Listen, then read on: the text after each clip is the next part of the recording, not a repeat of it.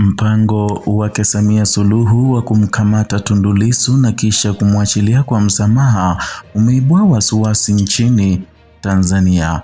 Ujambo na karibu kwa taarifa zetu za Kenyascope, na tafadhali kumbuka kusubscribe. Kauli ya mwanaharakati Mange Kimambi imezua mjadala mpana mtandaoni baada ya kudai kuwa kuna mpango wa kisiasa unaolenga kumuondoa kabisa kwenye ramani ya siasa kiongozi wa upinzani Tundu Lissu.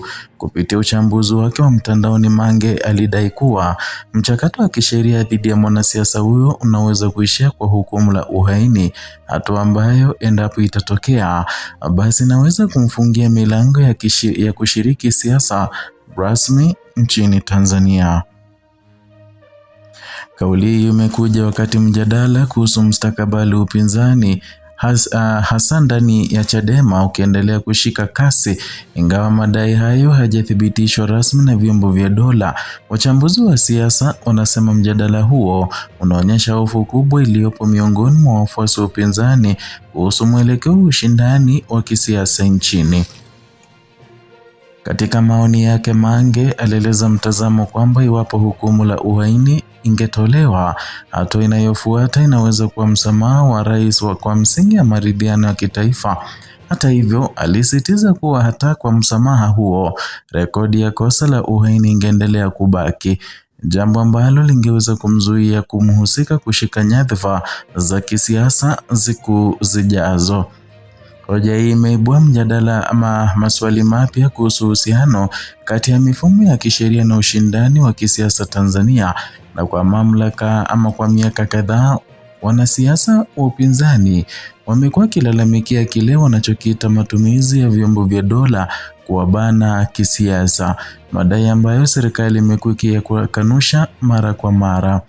Wachambuzi wa siasa za Afrika Mashariki wanasema hoja za aina hii huibuka mara nyingi katika mazingira ambayo kesi za kisiasa zinahusisha viongozi wakubwa na wa vyama vya upinzani, hasa kuelekea vipindi vya uchaguzi. Mojawapo ya hoja nzito katika maoni ya Mange, uwezekano wa Chadema kulazimika kufanya uchaguzi mpya wa mwenyekiti endapo kiongozi wao mkuu utaondolewa kwenye ulingo wa siasa. Kihistoria, Chadema imekuwa tegemeo kuu la upinzani nchini Tanzania, kama chama hicho kikijijengea nguvu kubwa hasa katika muongo uliopita chini ya uongozi wa Freeman Mbowe, ambaye aliongoza kwa muda mrefu kabla ya changamoto za kisiasa na kisheria kumkumba. Iwapo mabadiliko ya uongozi yangetokea ghafla, wachambuzi wanaona kungeibuka maswali kadhaa muhimu kama: je, chama kina safu ya uongozi mbadala iliyo imara? Je, mgombea mpya angeweza kuunganisha makundi yote ndani ya chama?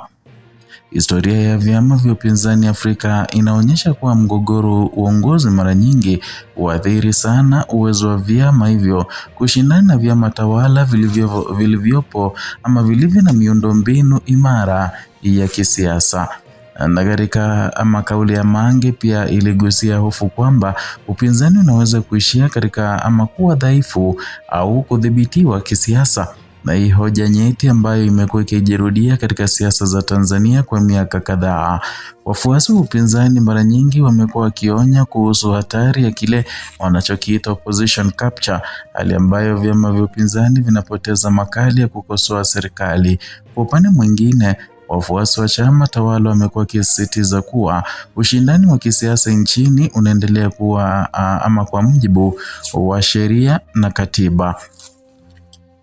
Na kwa mtazamo mpana wa kisiasa, hoja hii ina uzito kwa sababu demokrasia nyingi changa hupimwa kwa nguvu ya taasisi za upinzani, uhuru wa vyama vya siasa na imani ya wananchi katika mchakato wa uchaguzi. Na iwapo wananchi wataanza kuamini kuwa ushindani si wa haki, wataalamu wa siasa wanasema hilo linaweza kuathiri ushiriki wa wapiga kura na amani na imani ya umma kwa muda mrefu. Mjadala huu ulianza baada ya swali la Onesmo Mushi kuuliza what is the end goal here? swali ambalo limekuwa likizunguka sana katika majukwaa ya kisiasa. Hii inaonyesha nguvu ya mitandao ya kijamii katika kuunda simulizi za kisiasa Tanzania ya sasa. Tofauti na miaka ya nyuma, mjadala wa kisiasa hauishi bungeni au kwenye mkutano ama mikutano ya hadhara, na sasa unaishi pia kwenye X ama ukipenda Twitter, Facebook na majukwaa ya wanaharakati. Wataalamu wa mawasiliano ya kisiasa wanaona mitandao imeleta mabadiliko makubwa, imeongeza kasi ya kusambaa kwa tafsiri za kisiasa, imepanua ushiriki wa wananchi katika mjadala, lakini pia imeongeza hatari ya taarifa zisizothibitishwa kusambaa. Na kwa hali hiyo, kauli kama ya Mange hupata nguvu haraka, hasa inapogusa masuala nyeti ya haki, uongozi wa mustakabali wa upinzani. Hoja uwezekano wa kesi za kisiasa kuathiri mustakabali wa viongozi si mpya Tanzania. Katika miaka iliyopita kumekuwa na matukio kadhaa ambapo viongozi wa upinzani walikumbwa na kesi zilizochukua muda mrefu mahakamani. Mfano uliotajwa mara nyingi ni kesi iliyomkumba Freeman Mbowe na wenzake, ambayo baadaye ilimalizika kwa hatua ya maridhiano, na tukio hili liliibua mjadala mpana kuhusu matumizi ya sheria na usalama wa taifa, nafasi ya maridhiano ya kisiasa na mustakabali wa ushindani wa vyama vingi. Kwa kuzingatia historia hiyo, si ajabu kuona mjadala wa sasa ukipata hisia kali kutoka pande mbalimbali za kisiasa. Nguvu ya CCM na hesabu ya kimkakati imepigwa mara moja.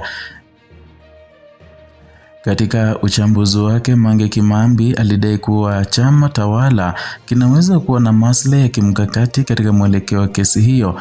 Ingawa hili linabaki kuwa dai lisilothibitishwa, wachambuzi wanasema ni kawaida kwa wafuasi wa upande tofauti kuwa na tafsiri ama kutafsiri matukio ya kisiasa kwa miwani ya ushindani wa madaraka. Na kwa muda mrefu CCM imeendelea kuwa chama chenye mtandao mpana zaidi wa kisiasa Tanzania. Hata hivyo, nguvu ya chama tawala mara nyingi hupimwa pia kwa uimara wa mpinzani wake mkuu. Ndio maana hatimaye viongozi wa Chadema mara nyingi huangaliwa kwa karibu, si tu kwa wanachama wao bali kwa wachambuzi wa siasa za kikanda. Hoja ya mwisho ya Mange ni kuhusu umuhimu wa kuwajengea wananchi matumaini, na imegusa kiini cha mjadala mpana zaidi wa kisiasa. Katika demokrasia yoyote, hali ya kukataa ama ya kukata tamaa kwa wapiga kura inaweza kuwa na athari kubwa, ikiwemo kupungua kwa ushiriki wa uchaguzi, kuongezeka kwa siasa za hasira na vilevile kuimarika kwa chama kilicho madarakani kutokana na upinzani dhaifu. Wataalamu wa siasa na uchaguzi wanasema imani ya wananchi ndio mtaji mkubwa kwa vyama vya upinzani, na bila imani hiyo hata chama chake ama chama chenye viongozi maarufu kinaweza kupoteza ushawishi wake haraka. Kwa sasa kauli ya Mange Kimambi inabaki kwa maoni ya kisiasa yasiyothibitishwa rasmi. Hata hivyo, mjadala ulioibuka inaonyesha mambo matatu muhimu katika siasa za Tanzania. Kwanza ni mustakabali wa viongozi wa upinzani unaoendelea kuwa suala nyeti linalofuatiliwa kwa karibu na umma. Pili, kwamba Chadema bado inaonekana kuwa muhimili mkuu wa ushindani wa kisiasa, na hivyo mabadiliko yoyote katika uongozi wake yanaweza kuwa na athari pana kwa siasa za nchi. Na vilevile tatu, imani ya wananchi katika ushindani wa haki ndio itakayoamua nguvu halisi ya vyama vyote kuelekea chaguzi zijazo. Kisiasa, wanaoweza kunufaika au kupoteza watategemea jinsi mambo yatakavyoendelea. Ikiwa upinzani utaendelea kuwa na umoja wa uongozi thabiti, ushindani unaweza kubaki hai. Ikiwa migogoro ya uongozi itaongezeka, chama tawala kinaweza kupata faida ya kisiasa. Hatua za kisheria zikionekana kuwa za kisiasa, basi mjadala wa haki na demokrasia unaweza kuongezeka zaidi. Hatua zinazofuata zitategemea mwenendo wa kesi husika, maamuzi ya vyama vya siasa na zaidi ya yote mwitikio wa wananchi.